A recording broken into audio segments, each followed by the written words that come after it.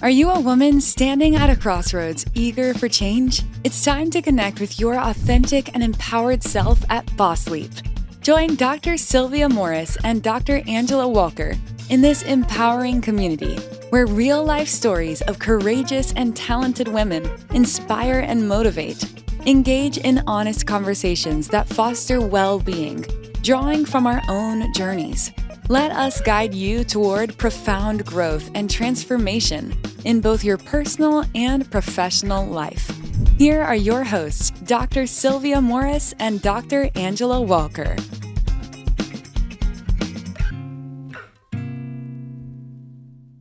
Welcome back to Boss Leap Podcast. I am Dr. Angela Walker with my co-host, Dr. Sylvia Morris. We are so excited to have you here today with our wonderful guest, Dr. Jane Carrol Reed. She is an OB-GYN, urogynecologist turned venue wedding event host at their business MoonShadow Haven. We'll also find out in this episode that she is a Harley, or as some would say, a hog rider, and just a well-rounded, beautiful soul. So we look forward to getting into this episode. Sylvia, before then, I just want to talk a little bit about the idea of going outside your comfort zone and what that means to you. And Sylvia, I can tell you what I felt was outside of my comfort zone. So it goes back to motorcycle riding. When I practiced with Dr. Reed, my husband had always been a motorcycle rider. I met him in high school riding a motorcycle, rode on the back of his motorcycle very comfortably. He had ridden, ridden motorcycle since he was a little bitty thing. And so never had any qualms about being on the back of a motorcycle. But I think going outside my comfort zone is I was encouraged to get a Harley of my own after one had already been purchased for me. So I did everything that Dr. Reed said. I took the safety lessons. I learned to ride on one of those little small, motorcycles. I mean, when I say small, it's small. And so you're doing all the safety things. I've got this, I can do this. Mm-hmm. Yeah. And then I got on that Harley, and at the time I had not just one, but I had the two girls. And Harleys are very heavy bikes. They're very big, heavy bikes. We were just kind of riding in the neighborhood. And if you are learning correctly, you know how to kind of lay it down. If you get, you lose kind of control of it going in a circle. And I laid that thing down and I said to myself, okay, now how does this look? I got two babies in the house. And I'm out here and something happens. I just couldn't. And I was just fine, riding on the back of my husband's bike. And so we no longer really ride. But I guess the part that was empowering to me is that, okay, I learned, and I could ride one of the smaller ones. I probably could, if I really wanted to, master the Harley, but I tried it. It was something I wanted to do, and I tried it. So I think just going outside your comfort zone for me is determining what you want to try, what you want to learn. And, as empowering as the episode was, is somebody tells you can do it and you believe it, you can do that thing. How about you, Sylvia? Yeah. So getting out of my comfort zone, I'm not really a hiker, but most recently I was vacationing, and there was an opportunity to do a sunrise hike. So first of all, I'm only a morning person by occupation. And then second of all, I'm like, hike, why would you want, if you tell me I can go to the beach or something, I'm perfectly fine with that.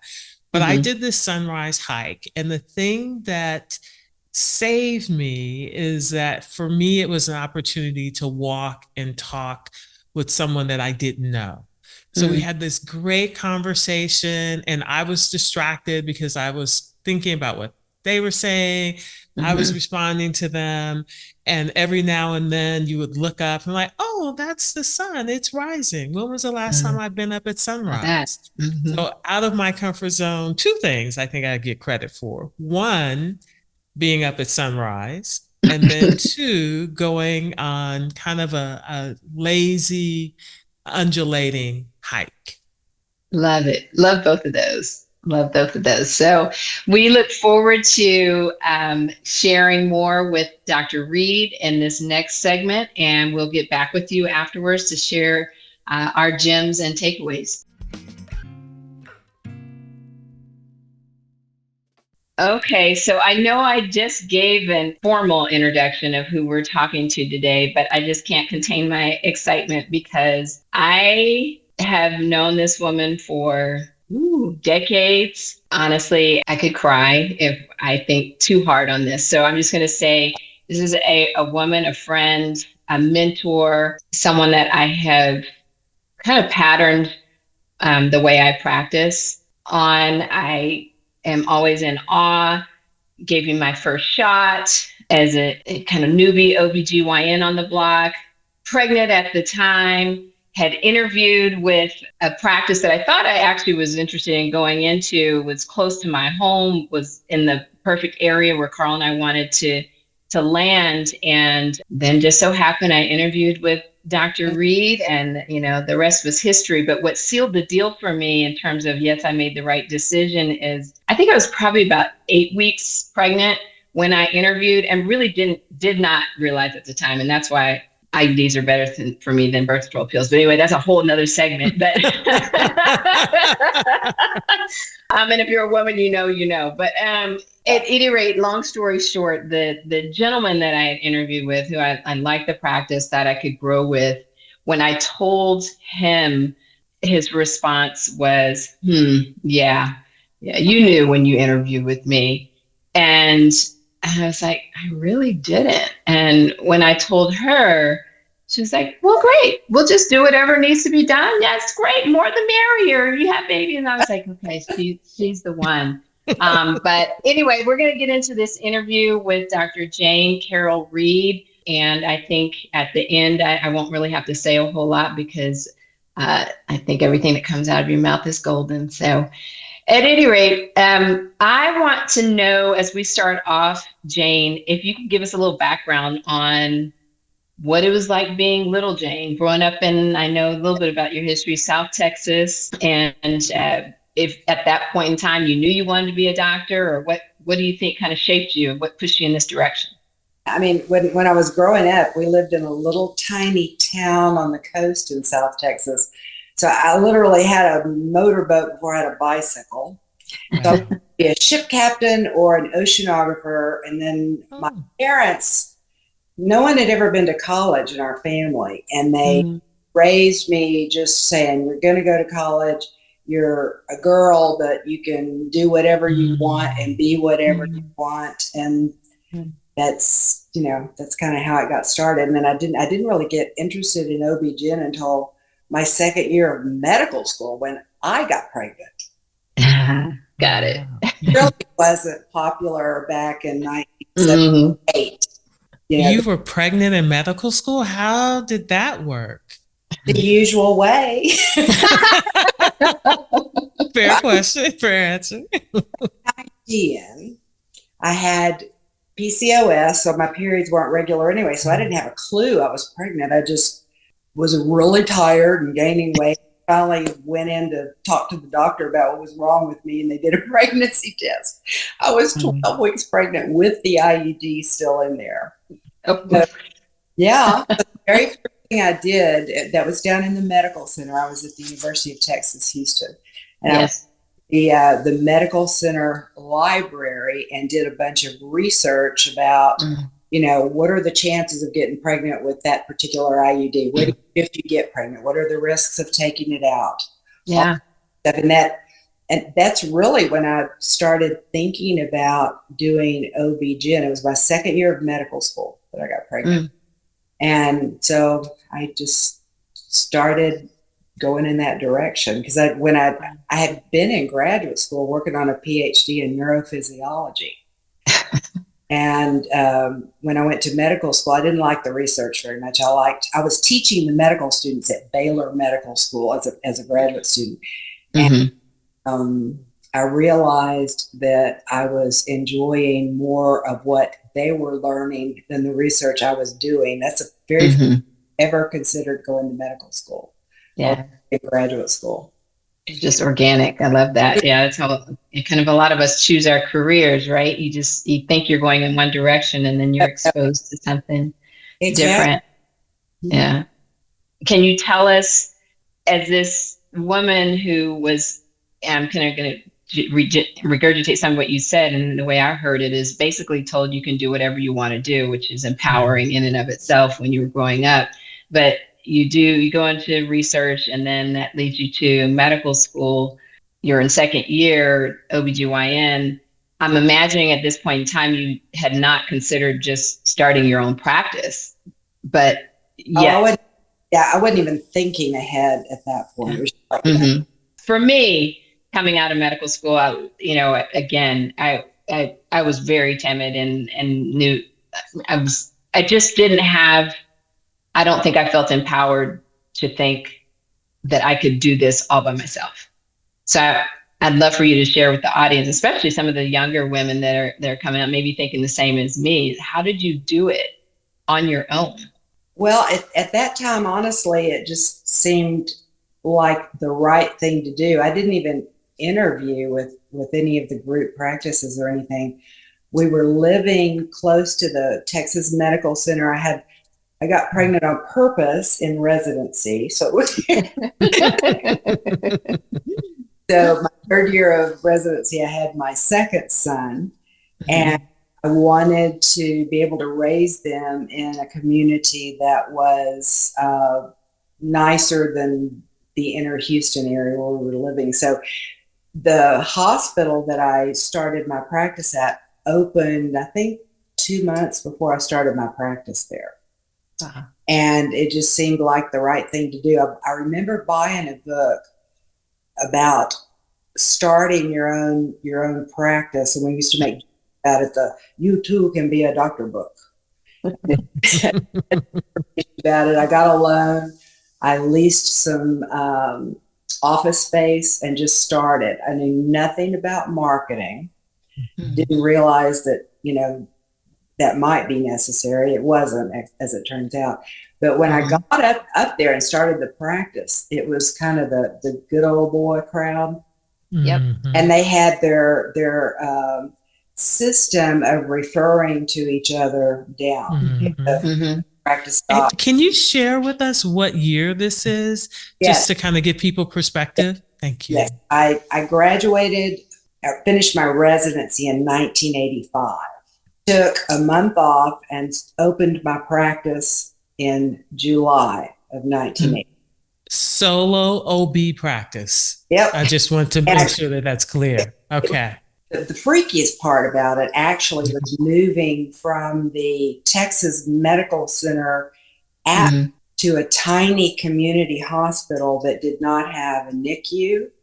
They didn't have a 24-hour anesthesia coverage in the hospital. So at that point, the biggest, I guess, risk or stress-inducing factor was that you had to think way ahead of any complication that could occur, and try to plan for that. I didn't have any big disasters, but it's real different community hospital than being down on the Texas Medical Center. Since the hospital's kind of big and busy now. Yeah. That's an understatement. Yeah.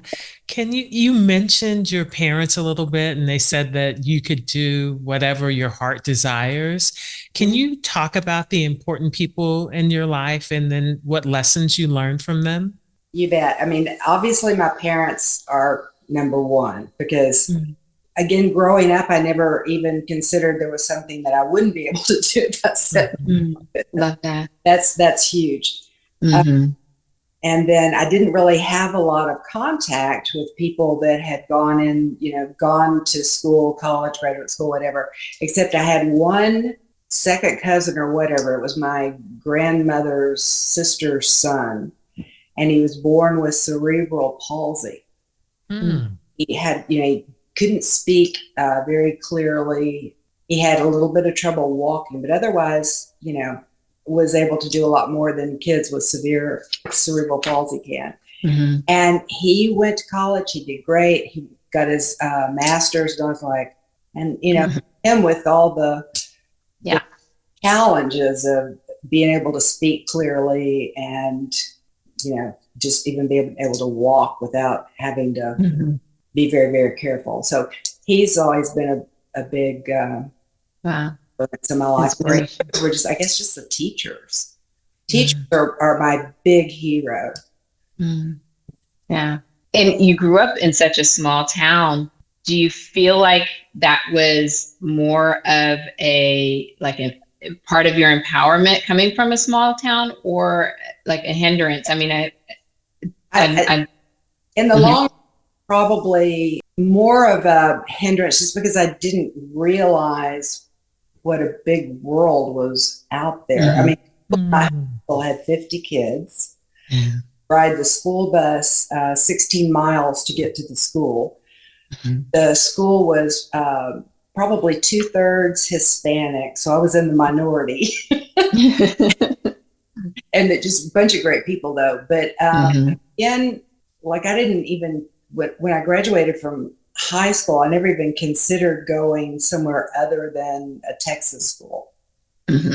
Like the Texas A&I in Kingsville was one of the big, probably one of the most popular colleges, and from where I was from. So I was like, well, I'm not going to do that. So decided to go to Texas A&M instead, which again is, I probably could have applied to some of the Ivy League schools, but I didn't even think about that. No one gave me. It probably didn't matter anyway.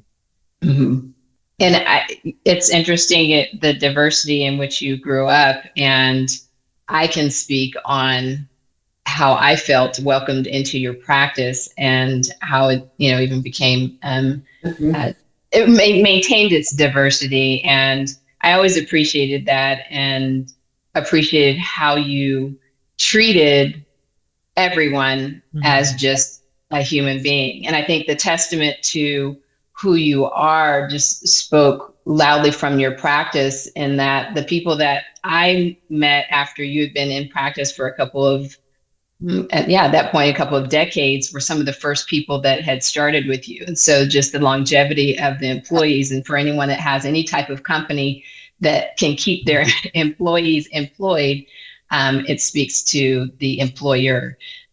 So I have so many accolades and so many great things I can say about you. But along those lines, who do you feel like you got that from? Like, it sounds like wonderful parents. Anyone else that played a role in kind of your outlook on life and the way that you've lived your life, or did that just come kind of naturally for you? I knew that y'all were going to be asking these questions, so I've really, on the last 3 days, tried to examine growing up and figure out, if there was like one person or two people that were very, very instrumental. And I think it was more like my whole community.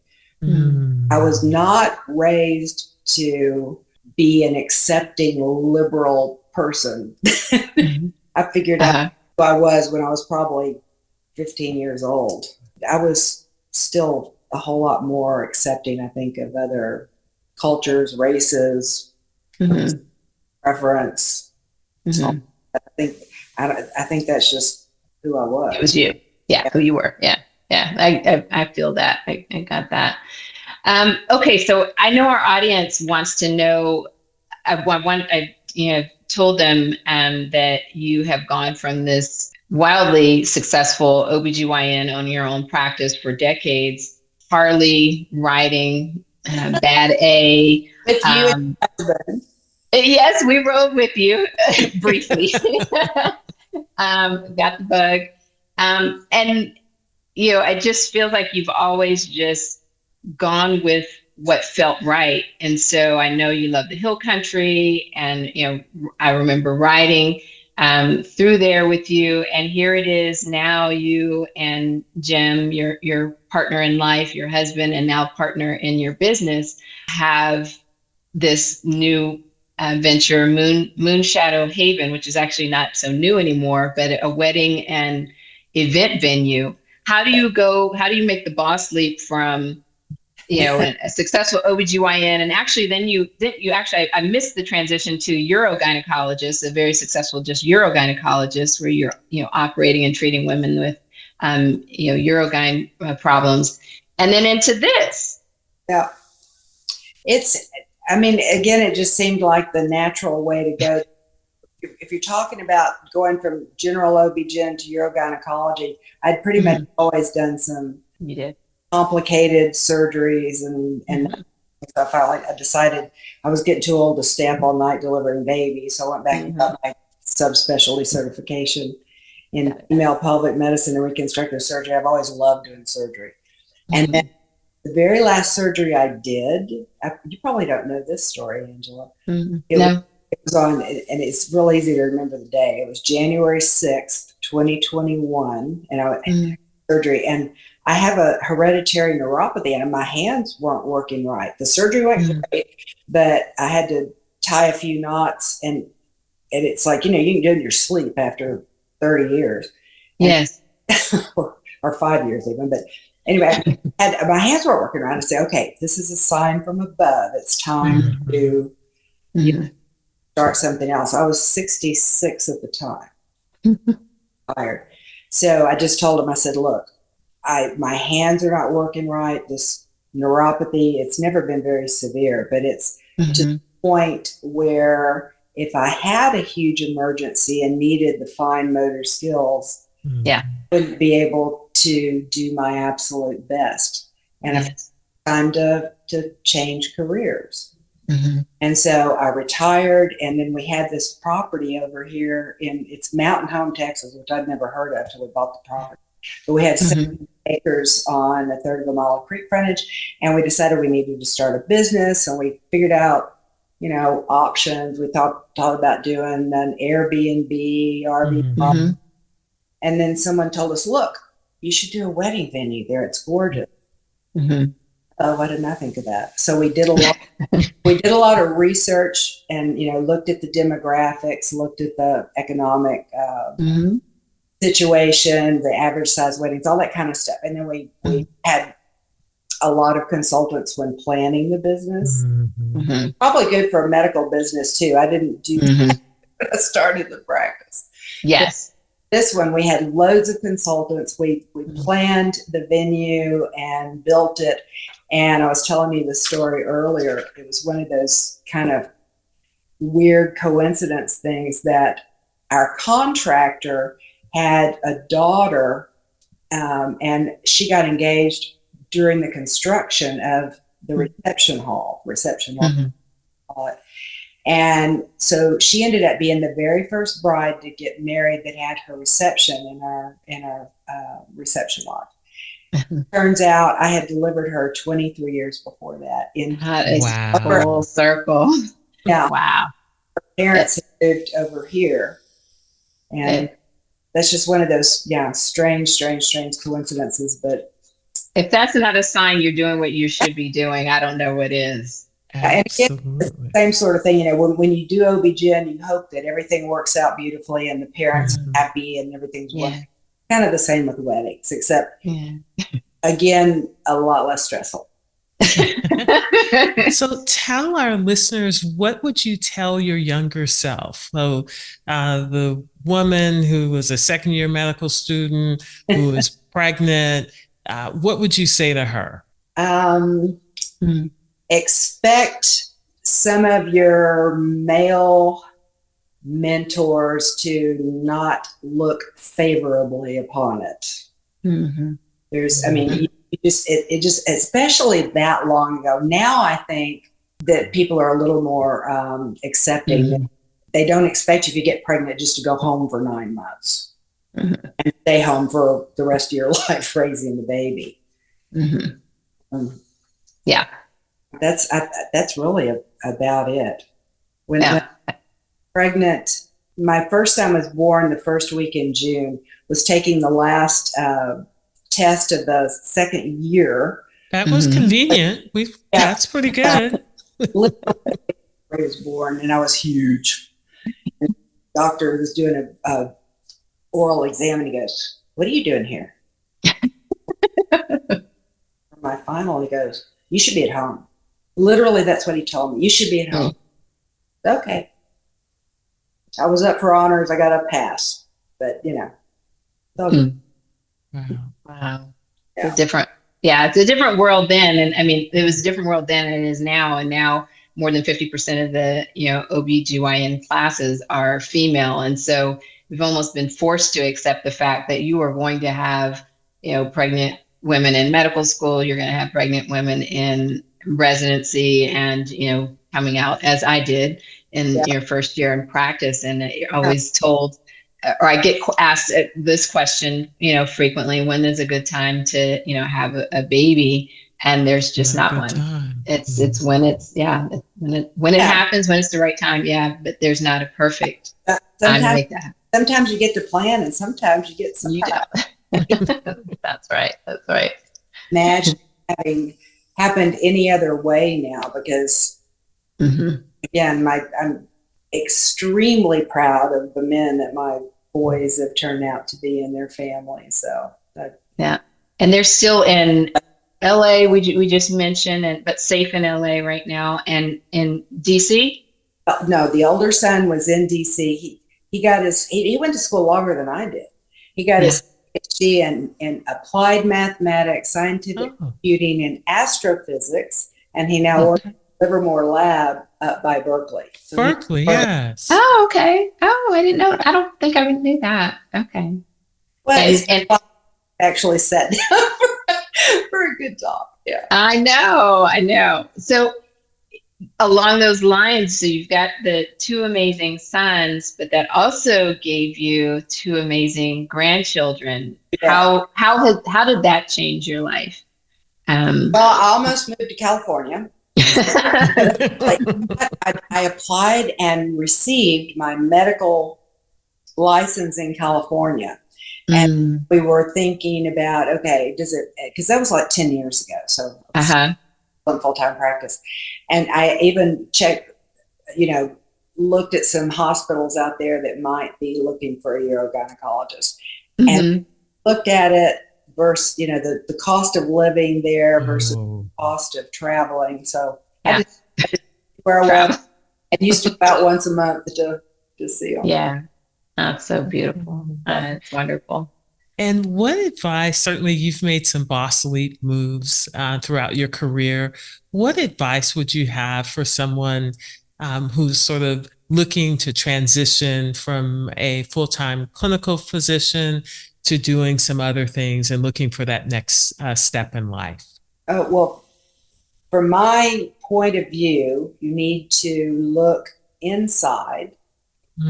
Yeah, because I loved my medical practice. I loved taking care of women, and it was fulfilling. So if you're going to change, you kind of need to find something that is just as rewarding and fulfilling. Not financially. I never worried about that a whole lot. Kind of nice that being a doctor made money, but anyway, to me, it's all about being happy with what you're doing and feel like you're doing something to help someone else and doing your best job at it. So that's what we're doing now with the weddings. It doesn't have a lot in common with a medical practice other than my job is to make the brides and grooms or couples have whatever kind of wedding they're looking for. And it's fun. It's great fun. And you mentioned finding consultants, which, and that goes to our whole, you mentioned that you didn't have that starting a medical practice, which none of us get in terms of any type of business acumen whatsoever, at least from medical school. But you did consult for MoonShadow Haven. So how do you find that? If you're, want to go into business, how do you find the consultants that you can trust? It's just like anything else, I guess. Do your individual research, check online, and then check references.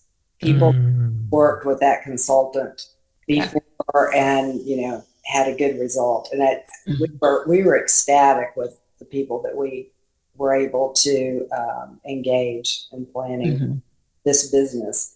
And it's started off kind of slow, and now it's booming. And I work pretty much every day, not only do we get everything ready and take care of the wedding? Well, first of all, with the venue, all you have to do is make sure the venue is perfect.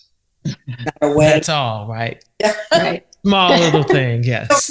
Compared to a lot of that folks have, but yeah, I'm a retired surgeon. I now, clean floors and toilets. Floors in the area, make sure everything's perfect for them. And along those lines, I know that whatever you're doing, your partner in life is doing right along with you. And I have to bring up Jim, because most of the time we're just talking about our amazing women that are on, but because I know so much, intimately about you guys, how your relationship, came about, and how beautiful I think, and I know everybody has, things that we don't see, but just how beautiful I think your relationship was when I was there, and how it has continued to be. Can you give us any, for those that are listening, like relationship advice, and how you got it, how you used your picker and just picked the right one this time? Yeah.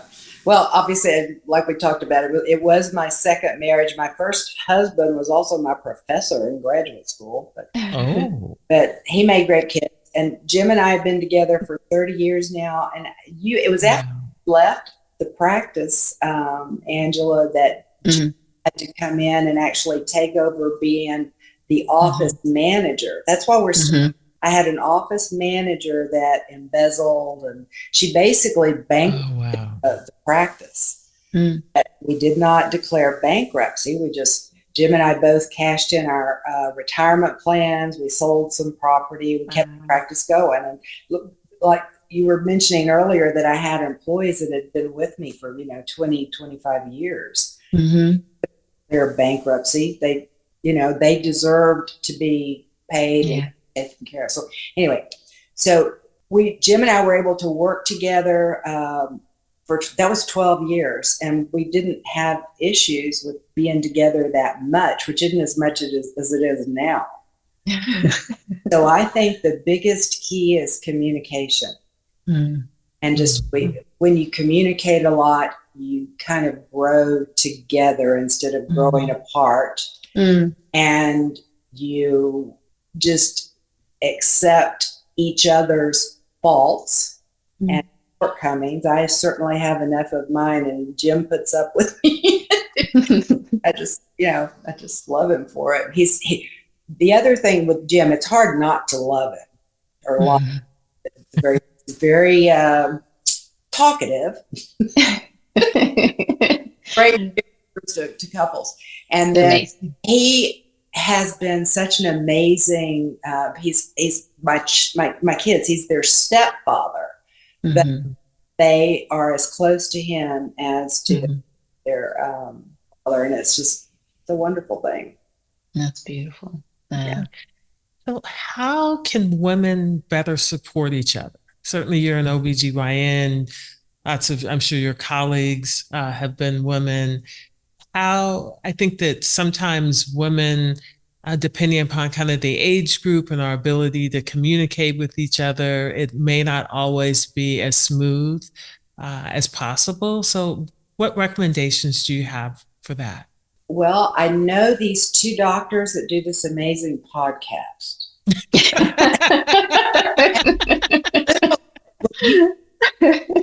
kind of perfect. And then the other thing is just, you talk about being supportive. It's just literally being there for your friends, your coworkers, whatever, and making sure they know that they can come to you if they have a problem or a question or something they just need to get off their chest. And I guess the best advice I would have was, like my parents when I was growing up, and like I do now to my grandkids, is that you guys, you can just do and accomplish whatever you want to, as long as you set your mind on it and work hard to get there. And again, we all know so many women that have just that are just amazing, that just go out there rule the world. But you can't understate the power that a child gets from hearing that, and particularly from a parent. But it could just be any trusted adult just speaking that. That's kind of a common theme that we've heard during the episodes, which is, you just don't fail to take the opportunity to encourage any woman, a friend in particular, but some, the younger ones coming behind you, and particularly children. So we appreciate that. So I want to know, as amazing as you are to everyone that loves you and all the people that you touch, what do you do to take care of yourself? What is your self-care regimen? What do you love to do? If there's something that you've been wanting to do, what do you look forward to doing? Things have changed. We were talking about riding Harleys earlier. Jim and I used to take a 2-week trip. I had my own bike. He had his own bike. And we'd go for 2 weeks every single year. And wow. that got crazy. So scuba diving, I still love the ocean. I talked about thinking I was going to be a ship captain or an oceanographer. Everyone, oh my gosh, what if I'd gone that way? Still love the ocean. And so scuba diving is wonderful. And then the rest of it's just realizing you need rest, good healthy food, good relationships, and just enjoy it. Beautiful. Yeah, I know you've done all of those things, and you've done them well, and you've taught those that have worked beside you and come after you to do the same, how to treat people well in everything that you do, whether it's patients or colleagues or friends and family. So the goal works everywhere. Yeah. Yes, it does.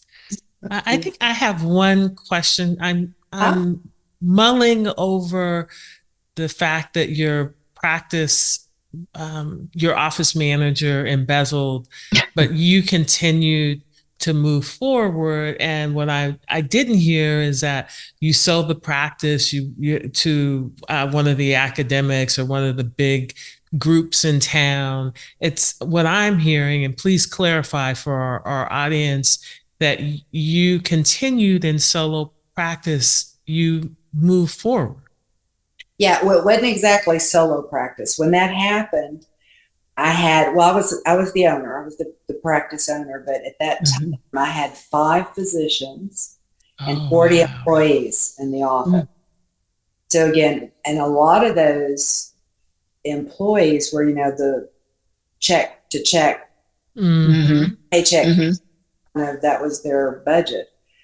So again, I didn't see any other way of approaching it other than just working really hard and keeping the practice going.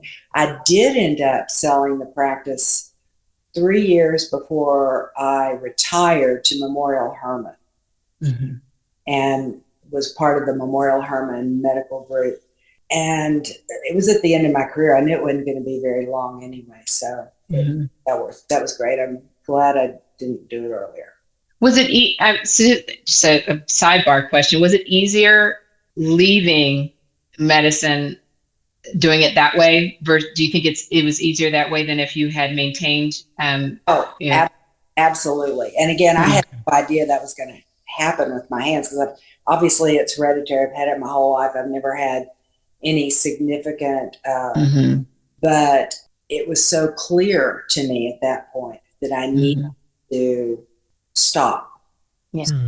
I think it would have been a lot more difficult if that hadn't happened. And then since the hospital had bought the practice, they bought all of my equipment and everything too. Oh, wow. That's wonderful. Yeah, it makes life so much easier. That really did make it easier on us. But it's even that didn't go the way I'd planned it, but I think it worked out for the best. Yeah. Absolutely. Just like getting medical school wasn't a plan either. So thank you for sharing and being candid. I can't think of anything I would change in my life other than maybe not hiring that woman. On the other hand, who knows? Maybe life somehow. Yeah. made me stronger. Yeah. Yeah. Yeah. Well, okay, I have a silly question, but so for the the woman out there that is listening to this that is like, wow, she rode a Harley, and then when I say you rode a Harley, like you rode a Harley, she had the ponytail like swinging in the wind, and and I'm holding on to my husband on the bag, my helmet on it. Anyway, it's a freeing experience. It's a beautiful experience. I know you enjoyed the heck out of it. I understand, there are times where you just stop doing it. But for that woman that says, oh, I want to ride a Harley, I want to do this, any advice for the budding motorcycle rider out there? Safety, take courses, learn to avoid danger. In the kill country, there's so many deer on the highway. Oh, I bet. Oh, I wow. can't imagine. Yeah. But yeah, everything's a trade-off. The being on two wheels, you're not protected by the steel case around you, but you're more maneuverable. So yeah, the advice would be just learn to ride really well and how to be safe. And yeah, it's a wonderful experience. I do miss it, but yeah, I think you got the best out of it. Great trips, lots of great trips. All right. Well, So, Dr. Jane Reed. Oh, yeah. No, go ahead, Sylvia. Dr. Jane Reed, thank you for sharing your journey with us today on Boss Leap. We are so grateful for trailblazing women such as yourself in medicine. And we look forward to all the other wonderful things that you're doing and the continued success of MoonShadow Haven. Oh, you're so well, like I said, it doesn't really feel like work. I loved talking to you ladies, and I would like for y'all to come do a girls trip over here. We would love to. So I want you right Absolutely. now to take the opportunity to tell our audience how to get in touch with you guys, how to book, how to look you up if you want to share. We'll definitely put it in our show notes, but anything you want to say? Yeah, it's very easy. Our website is moonshadowhaven.com, and that's pretty much all you have to do. We're in Mountain Home, Texas, which has one little flashing stoplight and post office, and now it has a wedding venue. Oh. And it's between like Austin and San Antonio, yes? No. It's about 1 hour west of San Antonio. We're only 2 miles off of I-10. And it's about 35 miles from Fredericksburg. Okay. Oh, and that's a cute town to see. Okay. Yeah, and the wineries in Texas, and those are nearby. We're very happy here.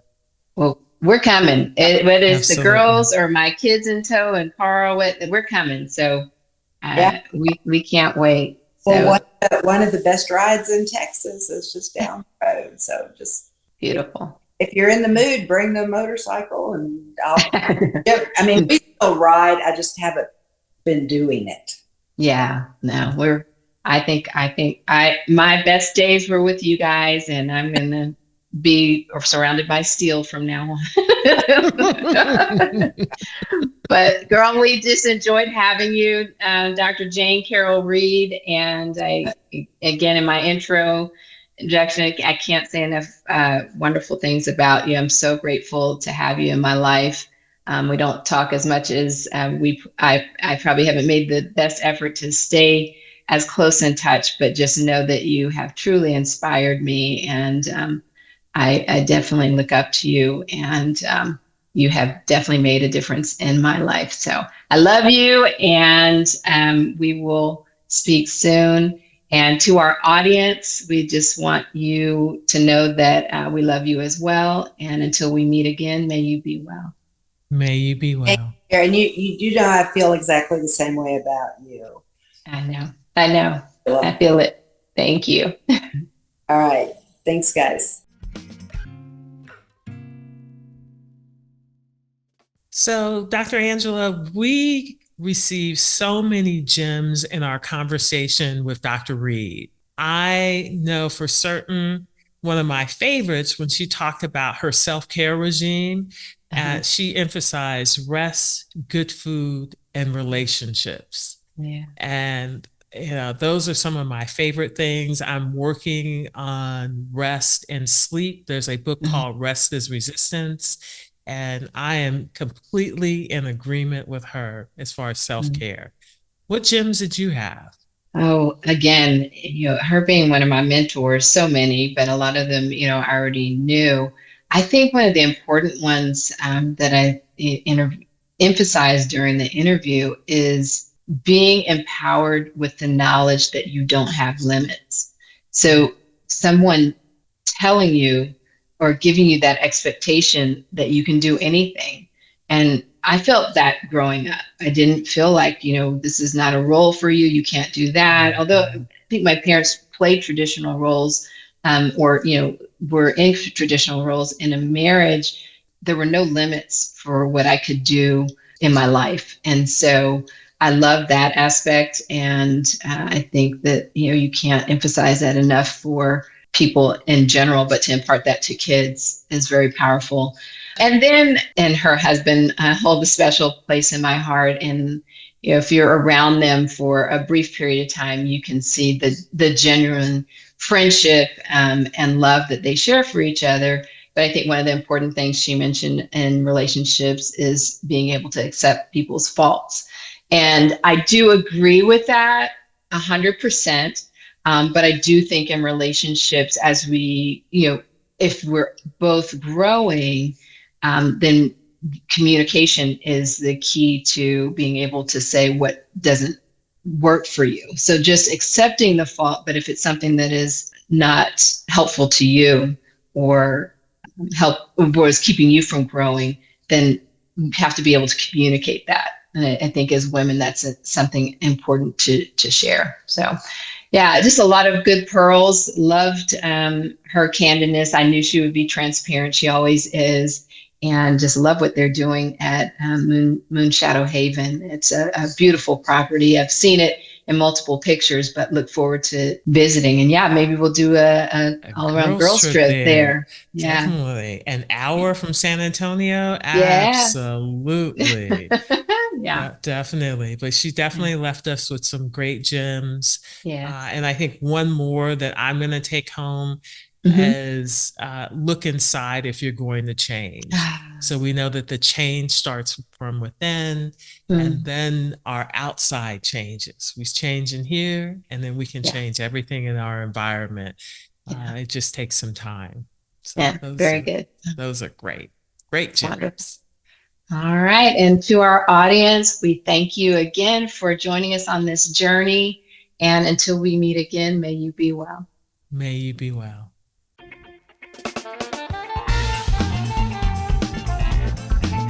That's a wrap on another episode of Boss Leap.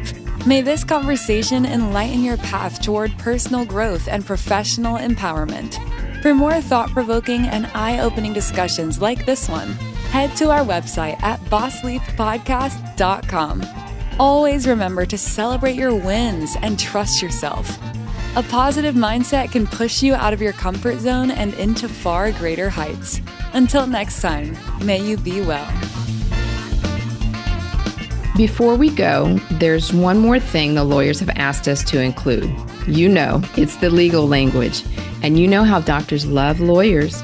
This podcast is presented only for educational and entertainment purposes. Although we are doctors, on this show, we are just your friends. This podcast is not intended as a substitute for the advice of your physician, professional coach, psychotherapist, or other qualified professionals. Understood?